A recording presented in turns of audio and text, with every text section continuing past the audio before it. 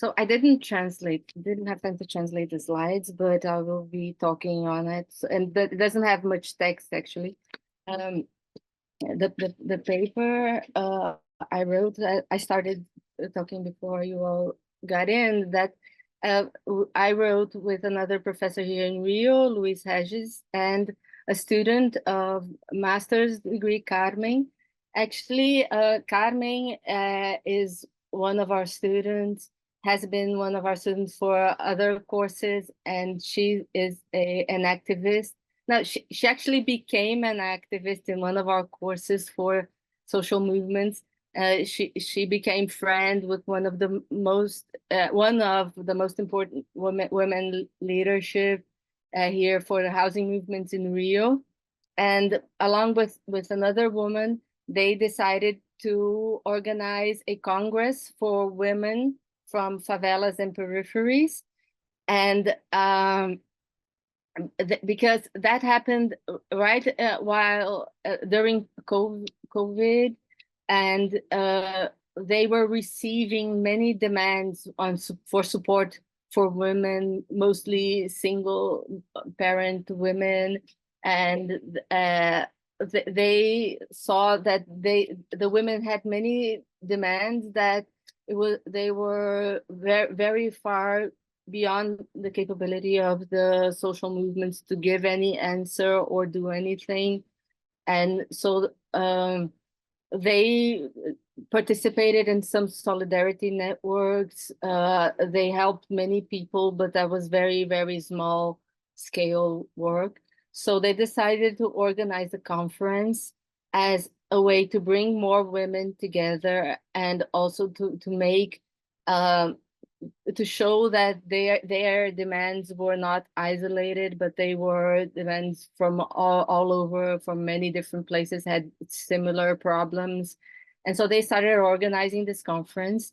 And the scale of the conference was really impressive because they together. They decided to make pre-conferences, and they had 5 pre-conferences in different regions of the city.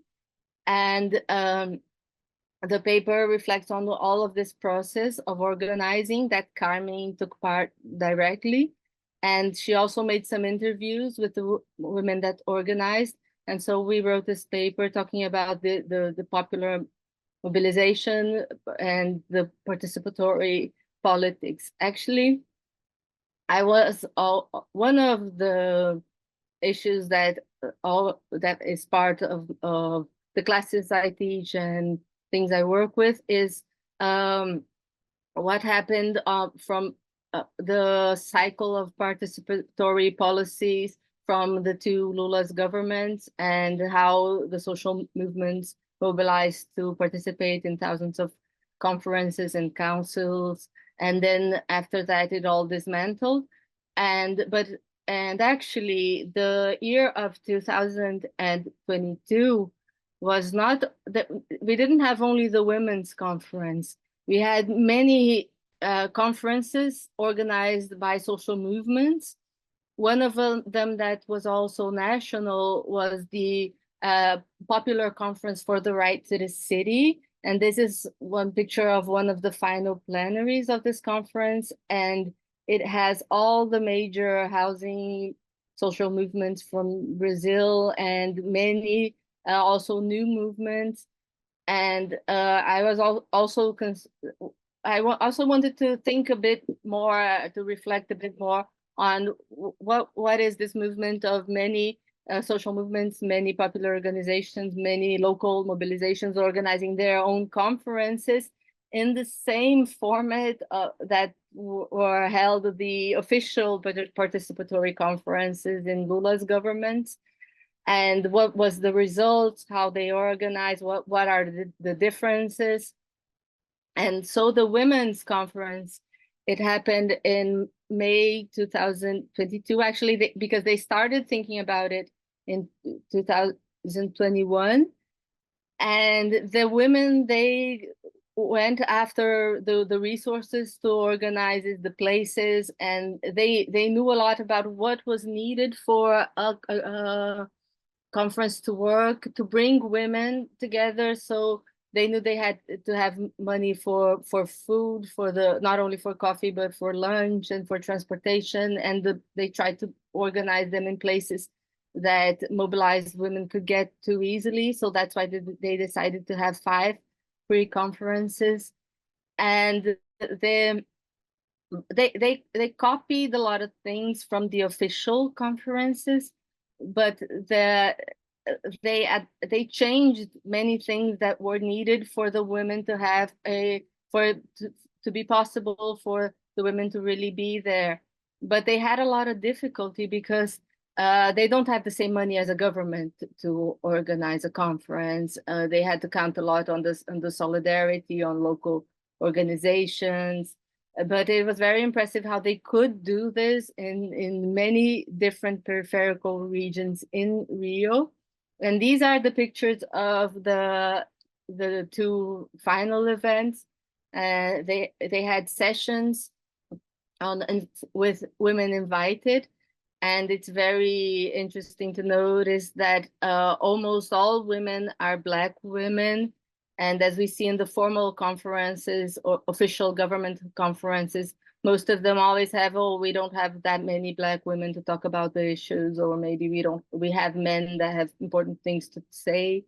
And they managed to have a very high quality speakers, and all of them women, and most of them Black women. And they also invited to speak the women that are in the municipal council, because one of the things they wanted was to already bring to the conference women that are in places of power that could, after the conference, take their demands to government. So it was a conference directed to government. They have a final document that all of the issues are directed to demands to public policies, to investments in periphery, and the speech is not that good. But also they had another effect, that as this group of women got together, they are also working together in many other things after the conference that would be local initiatives. The local initiatives are having more participation from women that come from other parts of the city that got together for this conference. So I took just some example of events that happened after the conference, that you had more diverse regional participation of events that were local if we didn't have this Congress happening. And the other one of the things that we talked about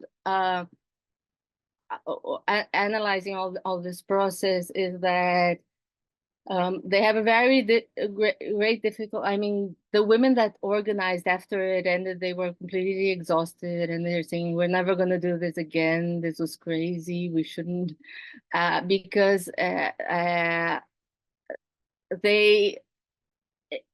had something that they were just like, they know they were trying to substitute what government should do, that is organize these conferences, organize the demand, understand what happens in their territories, and build public policies to answer. They know that is what government should do, but they know the government is not efficient on this. And the way the format they were able to organize these meetings were much more adequate for the women to speak, for the women to feel comfortable to express themselves, for them to bring what were their real needs. But also when they get this document finished, ready, they really don't know much what to do with it. So the title of the paper was something like Women in Search for Impossible Paths. We put the I am under the impossible, like possible paths, because everything looks so impossible for them, because they have the document, they have so little hope on anything really happening. And at the same place, all the demands are very like obvious. Anybody like us that work in those territories, we know what they need, because people are expressing what they need all the time. but the public policies aren't enough to get to where they need, and the problem of lack of integration. And another reflection we had on the document is that it was a women's conference, but it has demands for all social groups on the territory they work on in, because the women are traditionally the ones who care for other people. So they have demands for the children, they have demands for the elder, they have demands for the LGBTQ community. And of course, they don't fulfill all the demands from their communities, but it's a very wide range of things they are asking for, because they are the ones that are responsible for taking care of the children, of the elder, of their families, of looking for social assistance, of they live much more time in the territory, feeling the direct effects of the violent militarization of the poor territories. So most of the main issues of these territories were put in the paper. There is one thing that is very good, that in the last elections in Brazil for local council, we've had more Black women being elected in Rio. We believe that is also an effect after Marielle Franco's death, all the mobilization we had in Rio. So we have many municipal councillors that are committed with the women's demands, but everything is very segmented in the government, so they don't have really an answer that should be more global to all the issues. If you keep one thing that they also noticed is that if you have partial and localized investments in one area, but you don't take care of other areas together, the result will disappear. You have the same problem again and again. And so that's kind of the part that we say that what they are asking for is very impossible, because they need another government structure that could be able to answer to them. The current government structure doesn't have ways to answer to them. So many things seems impossible. So the conference brought a lot of hope in many forms, and the women felt their strength at the moment, but it seems very hard for this to keep going, to have another you do something with all this mobilization, all this strength, for it to have another step after. So also we started thinking about the things like the models of participatory policies from government. They don't actually give support for poor peripheral women to dedicate time and to dedicate work on what would really be needed for them to actually participate in those spaces. Actually, many of these conclusions we already knew. So that's what gives another frustration, because when I was talking about to the women on, oh yes, so this is the scenario. Okay, we know this since the 90s, that the social movements have mobilized a lot around these issues, and we are still talking about the same things. We have new reflections, new things we are thinking about on government, on participation, and all the things. We just wanted to contribute to that, thinking about what was this experience. And so we see things, many things seems impossible, but we also try to see what were the gains of these women articulating, working together, and seeing their potential, and also bringing new leaderships. That is very important, because one thing they could do that government and traditional social movements cannot do so frequently is bring new people, bring young people And that is also again on this conference that we saw new people coming, new women, new young women coming along together, and that has to do uh, with an organization that is closer to them. It's not government inviting for a conference that will only bring together the same leaders as always that will dispute to be there. It was a more organic organization, was able to bring more people. So very quickly, that's some of the conclusions.